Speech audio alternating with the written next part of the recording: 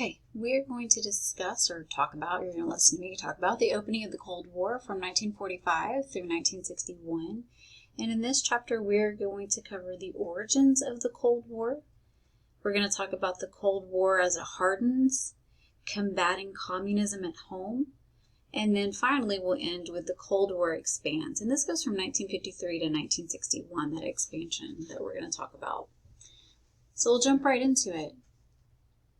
So the origins of the Cold War. So this is, the first 2 years that we're in the Cold War. And just an FYI, I always ask students in my face-to-face classes, what does Cold War mean?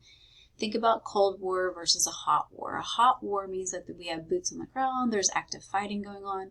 But a Cold War means that we're technically at war with someone else, just indirectly. We're never going to fight the Soviet Union, but we are going to indirectly fight with the Soviets when we engage in the Vietnam War and the Korean conflict.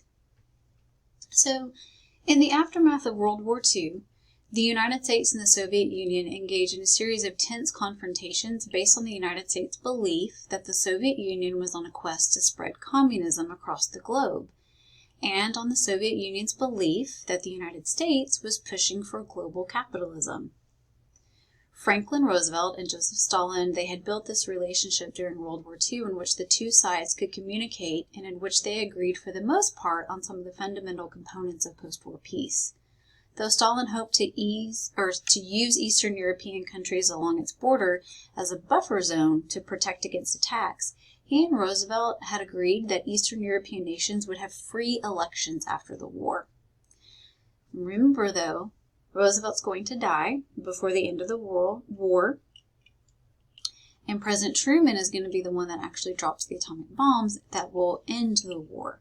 So as president, Harry Truman took a different approach to diplomatic relations with the Soviet Union, putting far less trust in Stalin's ability to be pragmatic and emphasizing the Soviet leader's brutality instead. Due to his mistrust of Stalin, President Truman used a harsh diplomatic style when approaching all things Soviet. After the Soviet Union failed to support free elections in Poland, Truman lambasted the Russians during his first meeting with Soviet Foreign Minister Molotov, heightening tensions between the two nations. In July of 1945, Truman and Stalin, along with Winston Churchill, they met in Potsdam, Germany, and reaffirmed their commitment to free elections and the partition of Germany. The Soviet Union also agreed to withdraw troops from northern Iran, and Stalin declared that he did not support the communist revolution in China. Although at the war's end, Truman believed he could work with Stalin, he changed his mind quickly. The State Department had offered the Soviet Union a $6 billion loan, but Truman withdrew the offer after the Soviets undermined those free elections that they had promised. They didn't allow free elections in Poland in 1946 and kept their troops in northern Iran. The United States and the Soviet Union also clashed over the issues of atomic weapons, with the United States hoping to keep its nuclear arsenal and the Soviet Union pushing for its destruction. The conflict fostered further suspicion and mistrust between the two powers. The Soviets had significant leverage at the end of World War II as they were quickly building their own atomic bomb, had the world's largest army, and could mobilize a people willing to sacrifice themselves for the nation's security. U.S. leaders believed that Stalin's posturing at the end of World War II was an unofficial declaration of a Third World War. U.S. diplomat George Kennan declared that the Soviet Union could only be stopped by force, and former British Prime Minister Winston Churchill declared that the United States and like-minded nations needed a strategy to resist the development of another war. Though most Americans agreed that the United States needed to take a hard line with regard to the Soviet Union, some, like Truman's Secretary of Commerce Henry Wallace, who was also Roosevelt's former vice president, believed that the Soviet Union's key interest was self-preservation, not the destruction of other ways of life, and that the United States had the same interest for itself. As tensions escalated, the Soviet Union was less and less receptive to expressions of democracy, and Wallace suggested that the Soviet government was becoming increasingly restrictive in response to Western nations' misunderstanding of Soviet goals. So by 1947, the United States and the Soviet Union had reached a standstill in diplomatic relations. with the United States fearing the spread of communism and the Soviets convinced the United States was seeking to control Eastern European economic affairs, which kind of worked. A situation in Greece provided Truman with the opportunity to test George Kennan's policy of containment, a strategy that sought to block the Soviet Union's efforts at expansion, in part by providing aid to Western European nations seeking to rebuild after the war. Greece's geographical location on the Mediterranean Sea gave the country significant strategic importance, as the Mediterranean linked the United Kingdom to the Middle East, the Suez Canal, and Asia. Britain had supported a conservative Greek monarchy, but in 1946, communist and non-communist opponents of the government united against the repressive monarchy in a civil war. Britain, unable to provide financial support to Greece in the aftermath of World War II, asked the United States to step in. Truman believed that the Soviets were behind the anti-government forces in Greece, in spite of the fact that the Soviet Union had not offered any aid or formal support, and he used the containment policy to justify intervention. Congress needed to be convinced of the urgency of the Greek situation before offering costly support, so Truman overstated the threat of communism, and Undersecretary of State Dean Ashton suggested to Congress that a communist Greece would facilitate the spread of communism throughout the East.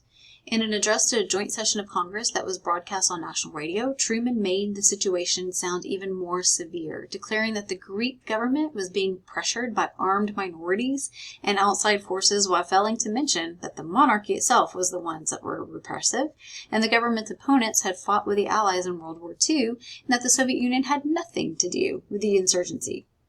Congress responded to Truman's fear-mongering by offering $400 million in military aid to Greece and Turkey.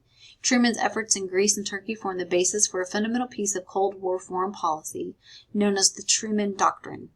The Truman Doctrine stated that the United States would aid anti-communist governments, whether they were democratic or dictatorship. The doctrine was predicated on the belief that people in other nations were invested in maintaining non-communist political systems in the face of Soviet pressure. Though Stalin had no role in the situation in Greece, he helped to install a communist government in Poland, and the Soviet Union maintained a military presence in Latvia, Lithuania, and Estonia. In addition, the United States increasingly found itself unable to negotiate with the Soviets on the issue of atomic energy. So we're going to talk a little bit about the Marshall Plan and economic containment, and again trying to contain communism and not let it spread. And in June 1947, Secretary of State George Marshall gave a speech that suggested a method for providing economic aid to war-torn and depleted European nations, preventing the spread of communism and staving off a global economic depression. Though the Marshall Plan was offered to all struggling nations, Marshall did not expect that the Soviets would participate, because doing so would require them to divulge significant aspects of their internal affairs. Truman asked Congress for $17 billion in December of 1947 to support European recovery, but was met with resistance from Republicans and with hostility from Stalin.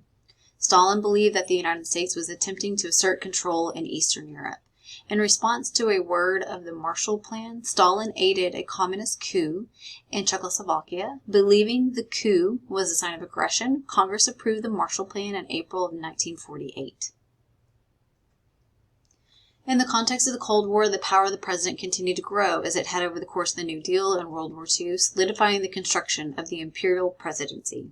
In 1947, Congress passed the National Security Act, which created a new cabinet agency, the Department of Defense, and consolidated control of the nation's military services under its authority.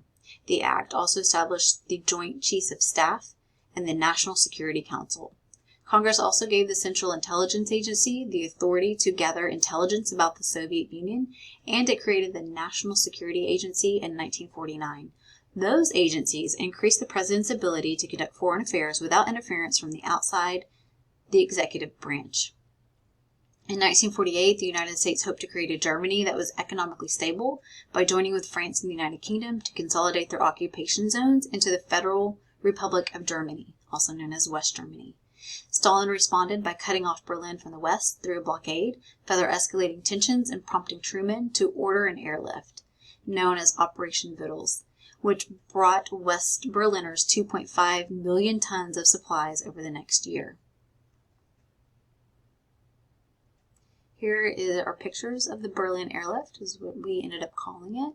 You can see people waiting in just a completely demolished Berlin. But this was the first time, so the Air Force was introduced after World War II, and this was the first time that the Air Force, this newly created branch of the government, got to show off what they had. During the Berlin airlift crisis, Truman was able to win the 1948 election amidst criticism from both the right and left for his handling of the USSR. In April of 1949, the United States and 11 European countries formed the North Atlantic Treaty Organization, known as NATO, a security pact in which an attack on any one member was an attack on all. The Soviets responded by forming the Council for Mutual Economic Assistance as a counterpart to the Marshall Plan, and the Warsaw Pact as a counterpart to NATO. The year 1949 was a year of alarming developments for the United States. The Soviet Union tested an atomic bomb, and Chinese communists led by Mao Zedong overthrew the government and created the People's Republic of China. In 1950, the National Security Council created a document entitled NSC 68, which declared that the Soviet Union posed a serious threat to the American way of life, and which called for the creation of the hydrogen bomb, an increase in military spending, and the establishment of NATO-like alliances around the world. That report, NSC 68, also suggested that the United States secretly seek to create unrest in Soviet-influenced countries, organize civil defense programs at home, and push for internal security organizations. So we're going to stir stuff up in other nations. At first, Truman had trouble convincing the public to support the costly measures suggested by the report, but when the Soviet-backed North Korea invaded U.S.-backed South Korea in June of 1950, he had all the convincing he needed. So just to give you an idea, so we have a couple of different things highlighted here, different colors here. So we are going to take Berlin, if you look up at the top, and we're going to divide it. The U.S. zone, the British zone here in green. I'm sorry, this is the French zone, the British zone, the U.S. zone, and this is all West Berlin. And then here's East Berlin that was taken over by the Soviets. So after the end of the war, we're going to split up Germany. And the four winners are going to get to take a chunk of Germany and then also a chunk of the capital, Berlin. Founding members of NATO in 1949. So you have the United Kingdom, you have Portugal, France, Spain, you've got Norway, you also have Canada and the United States as mentioned over here. And then you have aided member of NATO, or I'm sorry, not aided, added. Later on, obviously West Germany is going to come in, and Greece and Turkey. And then here in the red, this is part of the Warsaw Pact. The other side, or the response, the communist response to NATO. So you've got the Soviet Union, you've got Poland, East Germany, Czechoslovakia, Romania, Bulgaria, Albania, and then Hungary. And then Winston Churchill coined the term, or said, an iron curtain has been drawn across Europe. And this is Iron Curtain. It's a figure of speech. But these are all the countries, to the east, these are all controlled by communist nations. And then to the west, these are either neutral, don't really care, monarchies, whatever, or controlled by democracy, dictatorships, anything other than communism. So here's a hot war that's going to be fought during the middle of the Cold War.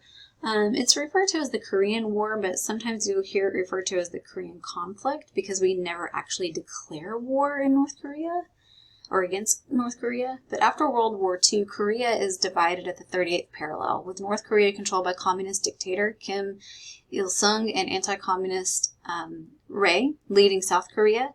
In January of 1950, Secretary of State declared that South Korea was not an essential component of the United States' Asian defense, which prompted the North to push into South Korea in June of 1950 in an effort to unite the Koreas under one leadership.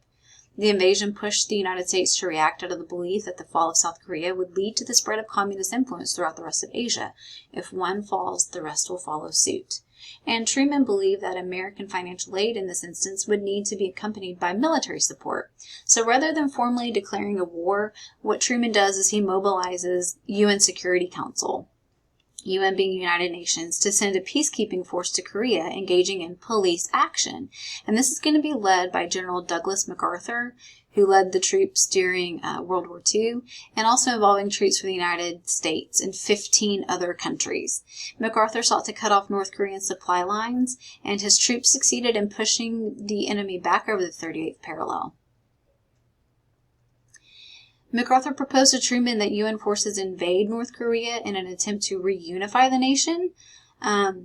Though MacArthur's plan moved beyond the initial goal of containing communism, Truman went ahead and gave his approval, and within 3 weeks of the invasion, the United States had reached the border between China and Korea. They had made it all the way to the northern part of North Korea. The Chinese did warn that they would retaliate if the United States sent troops into China, but the U.S. dismissed the threat and pushed across the river, prompting the Chinese government to send more than 300,000 troops into North Korea. The Chinese quickly bolstered North Korean forces and pushed the United States back into South Korea. Communist forces conquered the southern capital of Seoul in January of 1951, but UN forces are going to be able to recapture the city and push the communists back to the 38th parallel. We're going to look at a map in just a second of all these places that we're talking about. But the stalemate, it forced Truman to reconsider, what exactly are our goals in Korea? Returning to the idea of containment rather than unification. And on hearing MacArthur's public critique of this change of course, Truman ended the general's command. So MacArthur comes out and publicly criticizes President Truman. Truman's like, and you're done. And he ends his command in Korea. The war nonetheless lasted another 2 years. And by the time the war ended in July of 1953, we had spent $54 billion and we had lost 54,000 lives. It had gambled on the public support of war strategy that did not end in a victory. So no victories here. So here's the 38th parallel. Here's the capital of South Korea, Seoul. And they were talking about kind of going back and forth across this parallel and then even pushing over the border here. Oh, and you'll notice this is China. Once we push over the border into China, China's going to send their troops in and push the UN forces back across the parallel. So you can kind of see it going back and forth. So North Korean advance in red as they're pushing further south, US and UN advance in blue, and then the Chinese advance and pushing back.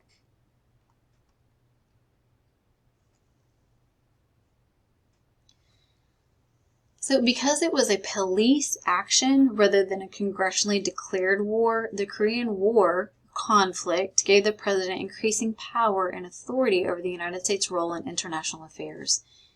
The Korean conflict was also solidified the military draft as an important component of daily life, placed the U.S. military around the world in peacetime, and dramatically increased U.S. military spending from about $13.5 billion to $50 billion over the course of the conflict, crafting a link between military expansion and the nation's economic welfare.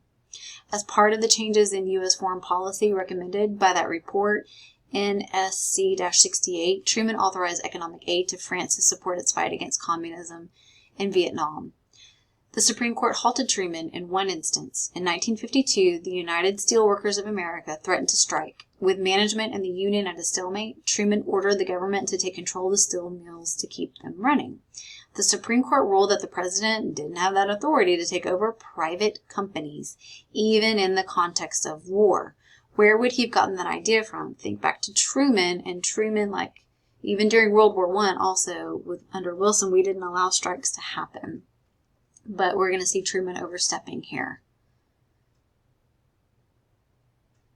Here's an image. This is the steel strike that we're referring to. You can see different representation here.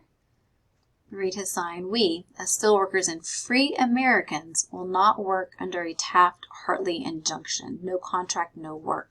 Go back and read about the Taft-Hartley.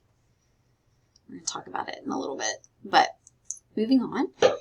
In the context of the Cold War, the U.S. government reacted to fear of communism in a fashion similar to post-World War I Red Scare, impinging on the freedom of radicals who were interested in communism.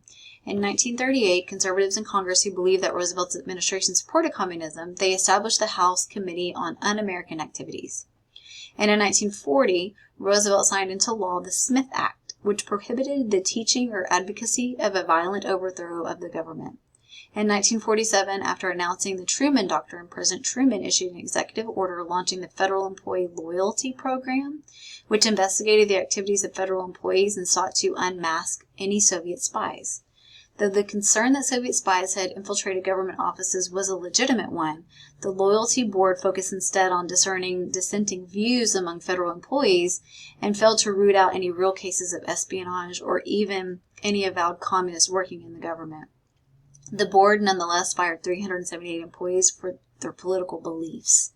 The Loyalty Board put a particular emphasis on individuals whose beliefs or interests were out of step with mainstream politics, including those who wanted to integrate, and also homosexuals.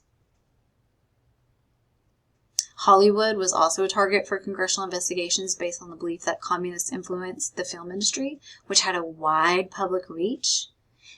The HUAC, the House for Un-American Activities Committee, they cited for contempt 10 Hollywood figures who refused to cooperate with the committee. The directors, screenwriters, and performers who refused to cooperate were labeled unfriendly witnesses, and they were blacklisted, depriving them of employment opportunities in Hollywood. In 1948, HUAC investigated former State Department official Alger Hiss for allegedly providing classified documents to Soviet spy Whittaker Chambers, and in spite of Democratic efforts to downplay the accusation as a distraction, first-term Republican Congressman Richard Nixon kept the case alive. Nixon went to Chambers' farm and uncovered a bundle of documents that Chambers had stored in a hollowed-out pumpkin. The pumpkin papers served as new evidence against Hiss, who maintained his innocence. He was nonetheless convicted of perjury and sentenced to 5 years in prison. In the aftermath of the Hiss case, Democrats worked to rebuild their reputation as cold warriors, and in 1949, Truman authorized the Justice Department to prosecute 12 top-tier Communist Party leaders for violating the Smith Act. They were convicted, and the Supreme Court upheld their convictions in 1951. In 1950, the Truman administration prosecuted 2 suspected Soviet spies named Julius and Ethel Rosenberg for providing the Soviet Union with information about the atomic bomb. In 1951, the Rosenbergs were convicted and they were sentenced to death, rather than being given 30-year prison sentences because of the trial's wartime context and because they refused to confess. Anti-communism was not limited to political radicals. It seeped into mainstream politics, with liberals frequently facing accusations of unsavory political positions. During his 1950 senatorial campaign, Richard Nixon accused his liberal Democratic opponent, Helen Douglas, of being pink down to her underwear. It's not only accusing a liberal, but it's also a very sexist comment. Unions, civil rights groups, and civil liberties groups all faced persecution for their politics and purged their ranks of communists. In 1950, Republicans and conservative Democrats, led by Senator McCarran, supported legislation that created detention centers for radicals, denied passports to individuals suspected of communist activity, and required communists and communist organizations to register with the federal government. Truman vetoed the law, but Congress overrode Truman's veto. Though anti-communism had already generated significant momentum by 1950, Joseph Raymond McCarthy gave the anti-communist crusade its name as a result of his actions between 1950 and 1954. McCarthy was a senator from Wisconsin, and he used his position as head of the Permanent Investigation Subcommittee of the Committee on Government Operations to harass government officials whom he suspected of communist activity. Though McCarthy made many false accusations, the press emphasized the accusations themselves over the outcomes of subsequent investigations, which shaped public opinion about the communist threat. Basically, what McCarthy does is he accuses anyone and everyone without having any actual evidence. And it's so sensational and it's such a hot topic that people believe the lies that he is telling. And it's known as the big lie that he creates. And it's like, the big lie is something that it is so outrageous and so out there that people believe it. So, for instance, aliens live among us. It's such a big lie and we know it's not true. But what if it is true? That's kind of it's so sensational. It's this idea that he perpetuates and puts out there, and people start to buy into it, even though they know their next door neighbor is not really a communist. But you never know, it could be true, right? So believing in the hysteria and letting it overtake you. In February of 1950, MacArthur's efforts at publicity gained significant attention when he gave a speech at a Republican women's club in Wheeling, West Virginia, stating that he was in possession of the names of 205 communists, a number that's going to change later in speeches, so we know it's not true, but who worked in the State Department. Democratic Senator Tydings investigated McCarthy's accusations, and he found them to be unfounded, but MacArthur responded by accusing him of being a communist sympathizer. So Tydings was defeated in his re-election bid. Again, the big lie played into McCarthy's favor here. Following his own re-election that year, McCarthy became chair of the Permanent Investigation Subcommittee, emboldening him to make wild accusations and even to purge subversive books from the State Department supported libraries overseas.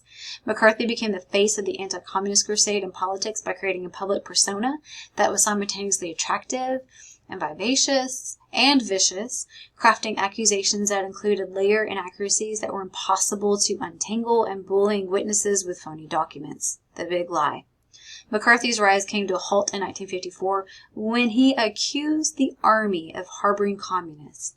The Permanent Investigation Subcommittee investigating McCarthy's accusations and the televised Army McCarthy hearings revealed the senator's recklessness. McCarthy's reputation declined further after Edward Morrow aired a documentary on him on CBS, and in December 1954, the Senate voted to censure McCarthy for his conduct. In 1957, McCarthy died from acute hepatitis, a disease related to alcoholism. Even as McCarthy's influence declined, the anti-communist consensus continued. The Rosenbergs were executed in 1953. Atomic scientist Oppenheimer had his security clearance revoked in 1954. The Hollywood blacklist persisted. Congress passed the Communist Control Act, and state-level HUACs were established across the South. In 1957, the Supreme Court ruled in Yates versus the United States that government prosecution for advocating an abstract theory such as communism was unconstitutional. In spite of the fact that the anti-communist consensus became synonymous with Joseph McCarthy, the driving force behind the Crusades was J. Edgar Hoover and the FBI.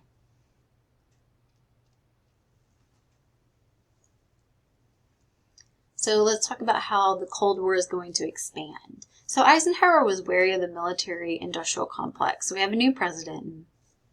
If you didn't notice, we went from Truman to Eisenhower. Fearing that mutual commitments among government and defense industry and research universities were too costly, and he proposed what we call the New Look strategy.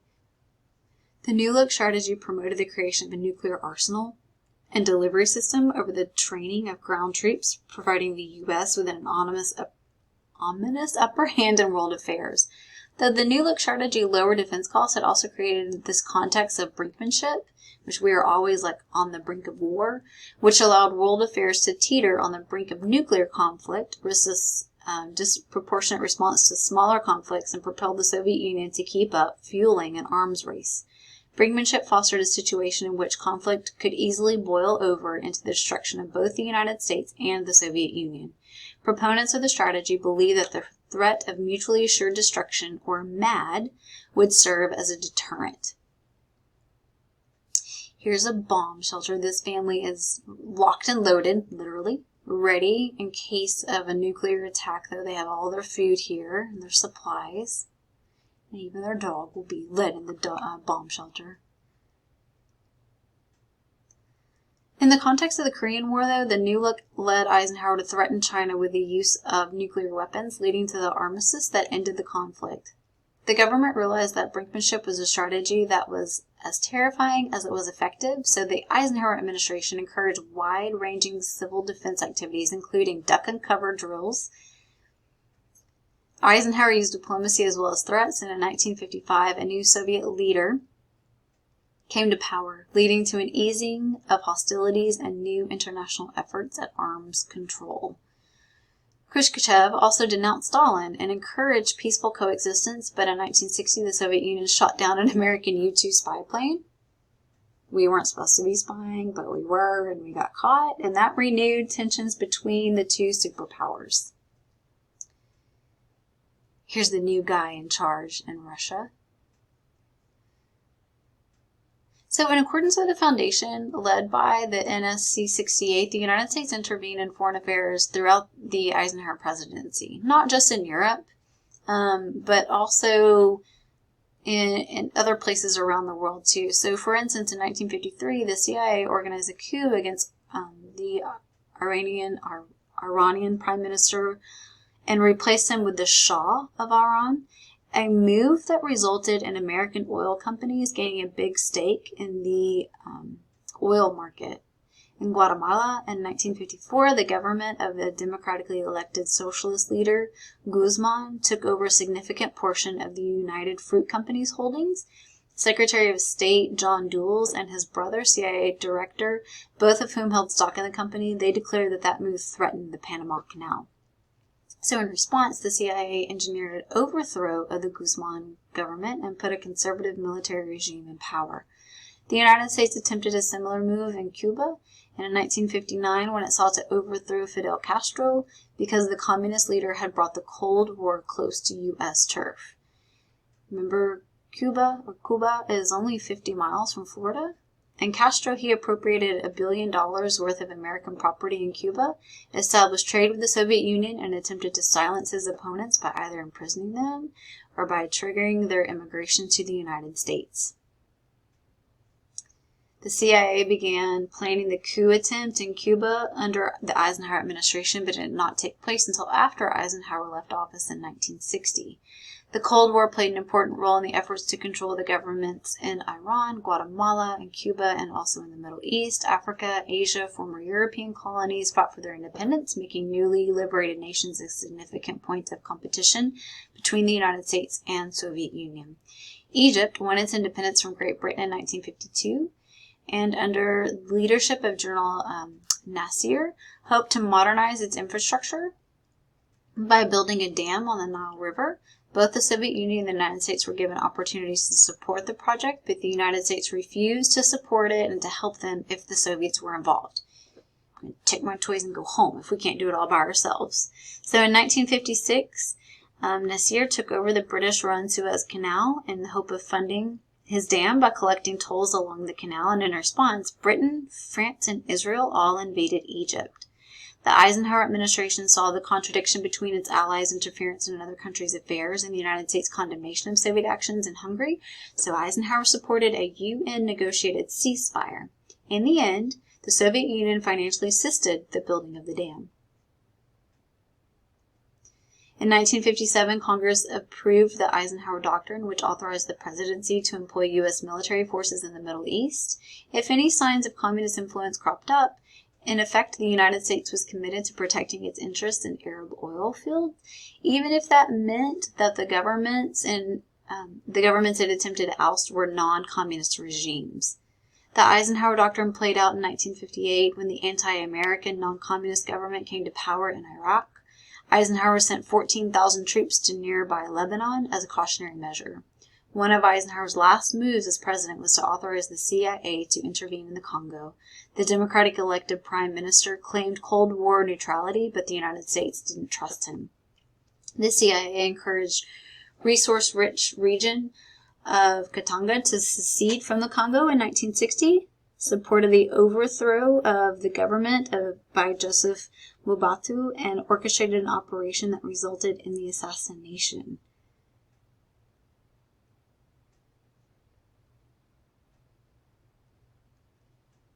And then we are going to close this chapter on some early interventions in Vietnam. So in Vietnam, during the 1950s, the Viet Minh were fighting for French independence.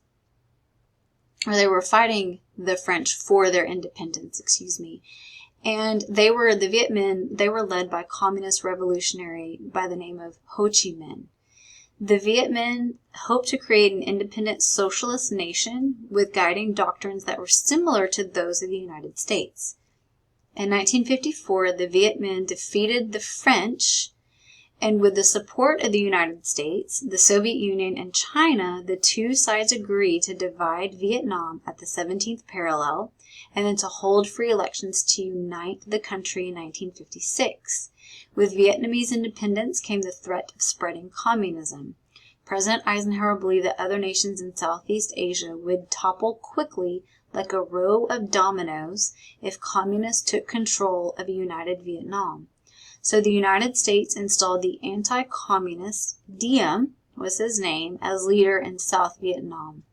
Eisenhower hoped Diem would use U.S. economic aid to reform the country, but instead he used the money to consolidate his power, and in 1959 Ho Chi Minh supported the creation of a military organization called the National Liberation Front, or Viet Cong, to overthrow Diem.